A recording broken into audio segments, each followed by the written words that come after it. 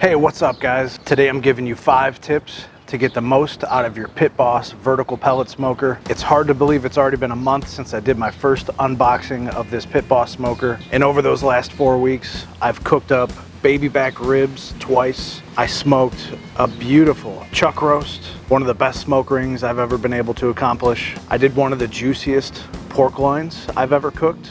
I did an entire pork shoulder that just was absolutely amazing, and I've even baked chicken wings in this thing. So let's jump right into it. Tip number 1 is to clean your pit while it's still warm. Don't wait till the next day or a week later. You want to get after it while it's still warm, especially if you want to clean the glass on the door. You'll see here that to get off the first initial layer of grease and smoke, I'm just using my spritzer that I spritz my ribs with. It's water and vinegar. You spray this on the door, you'll see the steam coming off. So you're kind of steam cleaning it. You're not using any harsh chemicals yet. You're just gonna get that initial layer off. And then same thing at the bottom of the door where all the grease catches and there's drippings. Get that too while it's warm. Grab a handful of paper towels like I'm doing here, and you can get up so much just by using water in a paper towel, or in this case, water and vinegar in a paper towel. Another thing you want to do while the pit is still kind of warm, just in case there's any grease back here, right here is your temperature probe. You want to clean that off and make sure it's not all caked up with debris, because that will throw off the temperature reading and could cause the smoker to put out too much heat or not enough heat. So you see there, we got a little bit off, it's not too bad. And then you'll see here, all around this grease catch, the front of my smoker is where all the grease collects. So I just keep a little paint scraper,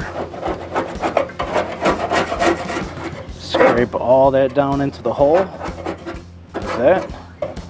And this is gonna help prevent any kind of a grease fire in the future. Trust me, you do not want a grease fire ruining a brisket or 5 slabs of ribs, whatever you're cooking. And then just grab a shop vac. That's really the only way I know to get out the ash and a little bit of pellets that are sitting down there. So I'll run this around like so.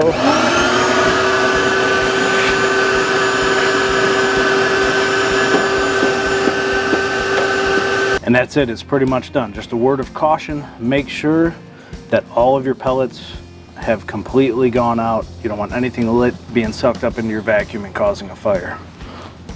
And then you can come back once the door is completely cooled and use your degreaser. So in this case, I'm using an orange cleaner. I'll spray the door with orange cleaner, and then anything that doesn't come off easily, I picked up a tip from another YouTuber, Patrick Sipperly, who showed us all how to use a razor blade on there. That works really well. And so that's how I easily keep this clean. All right, tip number 2, keep the water pan full. So the interesting thing about the water pan is you'll see a lot of the barbecue gurus who love it and a lot of them who say you don't need to do it at all. But what I found is that in this vertical smoker, having that steam rise up through the pit really levels off the temperature. If you think about it, water boils at 212 degrees Fahrenheit.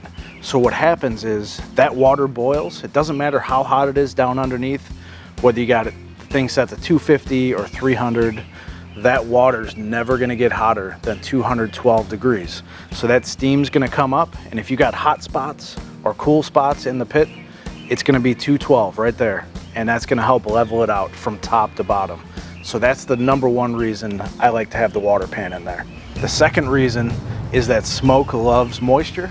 So it's just another opportunity to have moisture around whatever meat or whatever it is you're smoking, giving that smoke an extra chance to land on the meat and give you better flavor overall. It's the same reason why you see me spritz every time my ribs dry out, or when the chuck roast is starting to dry out. You spritz, get the moisture on there, hoping to get more smoke to stick to it, and it really works.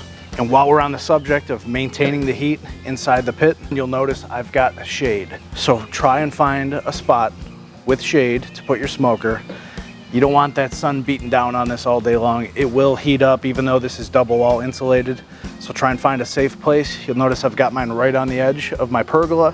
Plenty of shade to keep the pit cool on the outside and the pitmaster cool. All right, tip number 3, use external meat probes.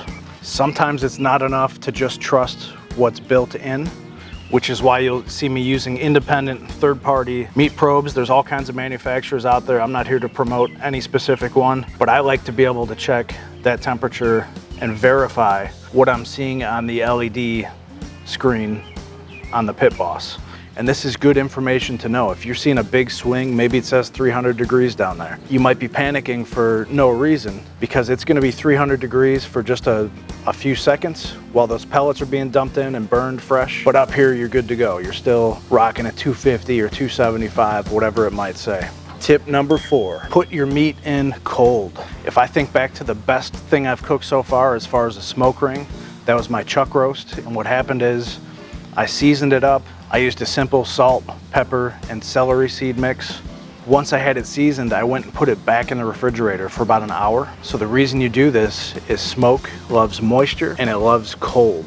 So you're gonna get more smoke penetration in a cold piece of meat than you would if you brought out something and brought it up to room temperature, for example. The colder you put it in, the more opportunity you have to penetrate that good smoke flavor in there. Tip number 5, know your pellets. So not every kind of pellet is gonna taste good with every kind of meat. So Pit Boss has a really nice chart if you take a look at it. For example, if we look at the hickory flavor, it goes good with cow, pig, chicken, elk, but it doesn't go good with lamb, fish, lobster, which is why a lot of times you'll see different flavors available in the stores. I buy a lot of the competition blend, which you'll notice you can look straight across that chart. It's gonna go good with everything because it's got a nice blend.